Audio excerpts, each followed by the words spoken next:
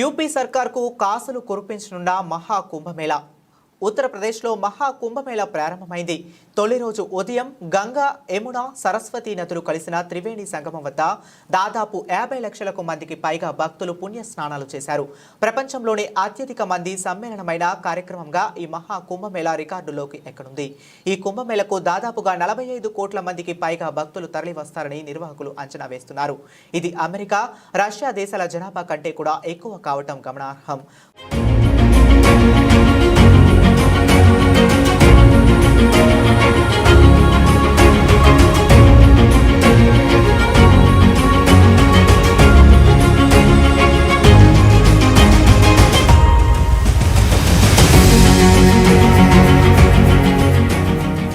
కుంభమేళా ప్రతి 12 ఏళ్లకు ఒక్కసారి జరుగుతుంది.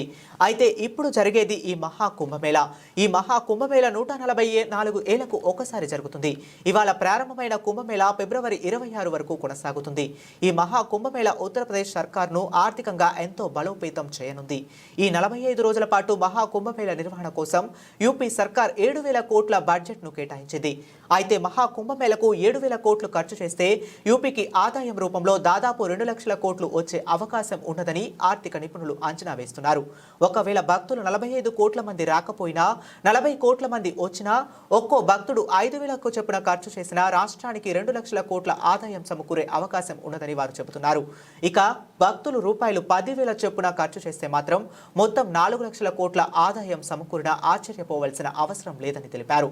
కాగా 2019లో జరిగిన అర్ధ కుంభమేళా ద్వారా రాష్ట్ర ప్రభుత్వానికి 1.2 లక్షల కోట్ల ఆదాయం సమకూరినట్లు ఉత్తరప్రదేశ్ ముఖ్యమంత్రి యోగి ఆదిత్యనాథ్ చెప్పారు. ఆ కుంభమేళకు 24 కోట్ల మంది భక్తులు వచ్చారు. 5 ఏళ్ల క్రితం 24 కోట్ల మంది భక్తులు వస్తేనే 1.2 కోట్ల లక్షల ఆదాయం వచ్చినప్పుడు ఈసారి 40 కోట్ల కంటే ఎక్కువ మంది భక్తులు వచ్చే అవకాశం ఉన్నందున 2 లక్షల కోట్ల ఆదాయం రావటం అసాధ్యమేనని కాదని ఎక్స్పర్ట్స్ చెబుతున్నారు.